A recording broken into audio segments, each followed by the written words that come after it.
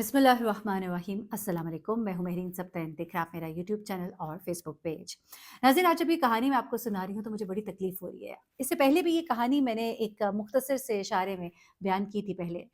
लेकिन अब मैं चाह रही हूँ कि ये कहानी मैं आपके साथ पूरी डिटेल के साथ शेयर करूँ, क्योंकि कई दफ़ा ख़वातीन अपने घर को तवज्जो देते हैं, अपने ससुराल वालों को खुश करते हैं, अपने बच्चों को, अपने शौहर को खुश करते हुए कुछ इतना ज़्यादा महव हो जाती हैं अपनी परफेक्शन के लिए कि लोग उनको सही समझें, लोग उनकी तारीफ़ करें, कि वो अपने बच्चों को नेग्लेक्ट कर देती हैं। कैसी माँ जिसने लोगों को खुश करते-करते अपनी ही बच्ची अपने हाथों से गँवा दी।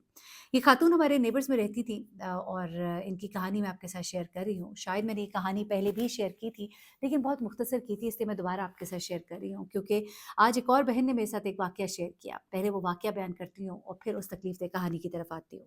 ये जो मेरी बहन है, इनकी बच्ची जो है वो थोड़ी-सी वीक थी क्लास में, पढ़ाई में वीक थी और पढ़ाई में वीक होने की वजह से थोड़ा उसे हर वक़्त डाँट-डपट का सामना रहता था। वालिदा जो है, वालिद जो हैं, वो इस बात को नहीं समझ पा रहे थे कि बच्ची के अंदर एक कमज़ोरी है, उसको दूर करने की ज़रूरत है।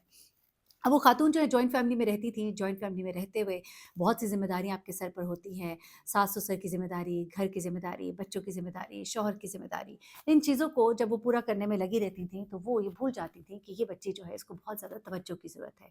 वो तवज्जो ना देने की वजह से वो बच्ची जो है वो फ़ेल होना शुरू हुई। जब वो फ़ेल होना शुरू हुई तो बहुत ज़्यादा एक दबाव, प्रेशर जो है वालिदा के ऊपर भी पड़ा। वो उस प्रेशर में आके उसको बहुत ज़्यादा डाँटती थी, कई दफ़ा थप्पड़ भी लगा देती थी। वो बच्ची जो है वो पूरी कोशिश कर रही थी, लेकिन उससे नहीं हो पा रहा था। वालिदैन ये नहीं देख रहे थे कि उस बच्ची से वो मैनेज नहीं हो रहा, बल्कि वो ये सिर्फ़ देख रहे थे कि हमारी बदनामी की वजह बन रही है, हमारी बेइज़्ज़ती की वजह बन रही है। सबके बच्चे टॉप कर रहे हैं, अच्छे नंबर्स ले रहे हैं, ये फ़ेल पे फ़ेल हुई जा रही है। उन्होंने ये नहीं फ़ोकस किया कि वो बच्ची जो है वो उसके लिए उसकी कैपेसिटी इतनी नहीं थी, उसकी ज़हनी जो हालत है वो इस तरह की नहीं थी कि वो इतना ज़्यादा एब्ज़ॉर्ब कर सके। ऐसे में वो बच्ची जो है वो इतने ज़्यादा स्ट्रेस का शिकार हुई, इतने ज़्यादा स्ट्रेस का शिकार हुई कि उसका नर्वस ब्रेकडाउन हो गया। जब नर्वस ब्रेकडाउन हुआ, उसको हॉस्पिटल लेकर गए, तो वहाँ पर डॉक्टर्स ने जब उसका फिर पूरा एनालिसिस बाद में किया, उसकी साइको एक एनालिसिस हुआ, उसको साइकोलॉजिस्ट ने भी फिर उसके बाद उसके साथ सिटिंग्स की, तो पता लगा कि बच्ची के अंदर तो एक बड़ा एक डिफ़िकल्टी थी जिसको वो फ़ेस कर रही थी। तो वालिदा वो जो है उन्होंने रोते हुए मुझे मैसेज किया, उन्होंने कहा कि मेहरीन, ये ज़रूर बताइएगा लोगों को, अपने बच्चों को स्ट्रेस में लाकर के दौड़ में शामिल करने के लिए, सबसे आगे ले जाने के लिए, वो ये भूल जाते हैं कि बच्चों को कोई प्रॉब्लम भी हो सकता है। मैं घर वालों को खुश करती रही और मेरी बच्ची जो है इतने बड़े ट्रॉमे से गुज़री। मैं इतनी परेशान हूँ कि इतनी छोटी एज में मेरी बच्ची जो है नर्वस ब्रेकडाउन का शिकार हो गई। और उन्होंने मुझसे कहा कि प्लीज़ अपनी तमाम जो आपके व्यूअर्स हैं उनसे प्लीज़ रिक्वेस्ट करें कि अपने बच्चों को टाइम दें और अपने बच्चों की प्रॉब्लम्स को समझने की कोशिश करें, उन्हें प्रेशराइज़ नहीं करें। अगर वो एक फ़ील्ड में एक्सेल नहीं कर पा रहे तो कुछ और उनके लिए ढूँढिए। ज़रूरी नहीं है, लोगों को खुश करना ज़रूरी नहीं है, बच्चे का सही और सेहतमंद होना और खुश होना ज़रूरी है। तो ये बहुत ही एक इम्पॉर्टेंट मैसेज है जो अपने वीडियो के आगाज़ में मैं आपको दे रही हूँ और अब मैं उस कहानी की तरफ आती हूँ जहाँ पर इस माँ ने अपनी ही बच्ची को उसी के खुशी की तकरीब में खो दिया। हुआ कुछ इस तरह से, ये खातून जो है हमारे नेबर्स में है और वो बहुत ही अच्छी खातून है और उनकी बेटियाँ ही हैं सारी, और ये उनकी सबसे छोटी बेटी थी और ये बेटी जो है ना बहुत प्यारी थी, बहुत ही प्यारी मासूम। बाकी बच्चे बड़े हो गए थे और उसके बाद अल्लाह ने उनको इस नेमत से नवाज़ा। तो वो बड़ी खुश भी थी, बच्ची के साथ बड़ी बहनें खेला भी करती थीं, सब कुछ चलता था। ऐसे में घरदारी में मसरूफ़ रहती थीं। एक फंक्शन था उनके घर में, बच्ची की खुशी का ग़ालिबन सालगिरह का फंक्शन था या जिस तरह भी। और उस फंक्शन की तैयारी में वो मसरूफ़ थी और वो कहती हैं कि मैं बहुत ज़्यादा मसरूफ़ थी।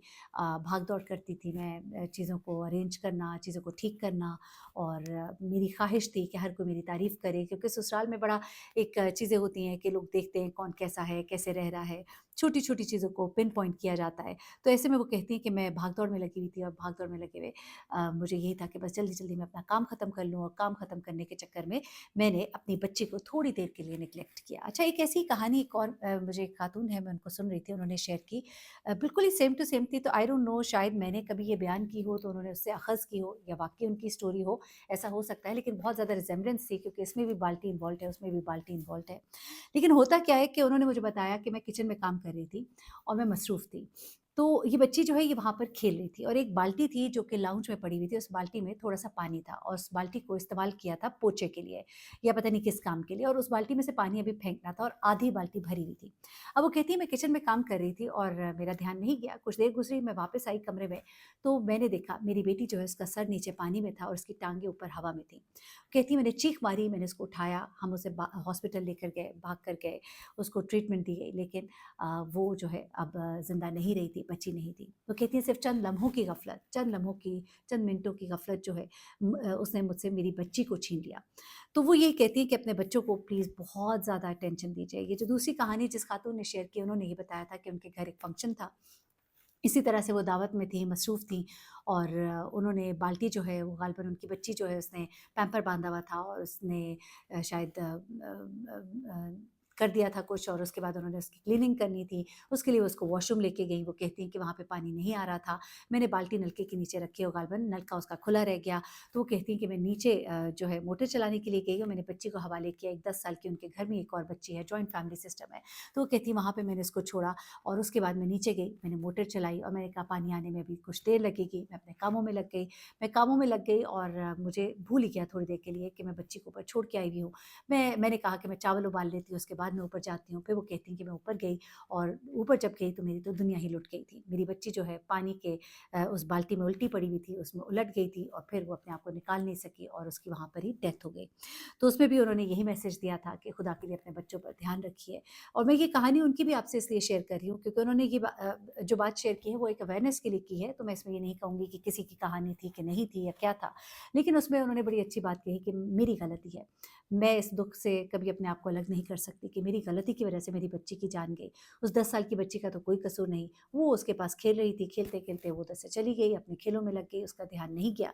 ज़िम्मेदारी तो वो मेरी थी और यूँ मेरी बच्ची जो है मेरी कोताही की नज़र हुई, मैं लोगों को खुश करती रह गई, मैं खाने बनाती रह गई। ये कहानियाँ जो मैंने आपके साथ अभी शेयर की हैं ना, वो सिर्फ़ इसलिए की हैं कि हमारी माएँ, हमारी बहनें, हमारी बेटियाँ जो हैं, अपने घरवालों को खुश करने के लिए अपने आप को ख़त्म कर डालती हैं। कैसी कहानी और जो मेरे सामने से गुज़री, वो भी आपके साथ शेयर कर देती हूँ।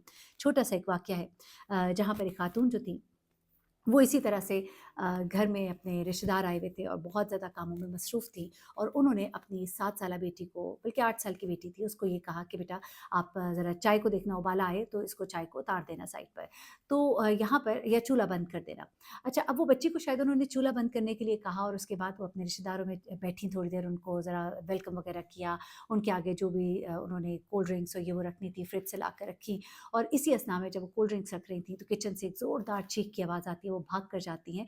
तो वो कहती हैं कि मेरी बेटी जो है उसके ऊपर वो चाय पूरी गिर गई थी गरम। और वो कहती है इतना बड़ा ट्रॉमा उस वक़्त, हम लोग उसको लेके फ़ौरन हॉस्पिटल गए और वो कहती हैं कि उसकी बच्ची की, ज़ाहिर-सी बात है बच्चियों के लिए और भी ज़्यादा ये ट्रॉमेटिक होता है कि उनके जिस्म का हिस्सा जल जाए, निशानात रह जाते हैं। वो कहती हैं कि मेरी बच्ची जो है आज वो 16 साल की हो गई है, लेकिन उसके वो निशानात अभी तक नहीं गए और मुझे बड़ा दुःख होता है जब-जब मैं देखती हूँ उसकी गर्दन से लेके उसके बाजू तक वो निशानात ऐसे निशानात हैं जो मुझे हर दफ़ा ये एहसास दिलाते हैं कि बच्चों को कभी भी इस तरह के कामों के साथ अनअटेंडेड ना छोड़ें। एनीवे ये कुछ वाक़यात थे, ख़ास तौर पे हमारी माँओं, बहनों, बेटियों के लिए थे कि खुदा के लिए अपने बच्चों का ध्यान रखें और किसी के आसरे पर किसी को ना छोड़ें और 2 लम्हे की जो ग़फ़लत है वो आपके बच्चों को आपसे बहुत दूर भेज सकती है। अपना बहुत ख़्याल रखिएगा, दुआ में याद रखिएगा। अल्लाह हाफ़िज़।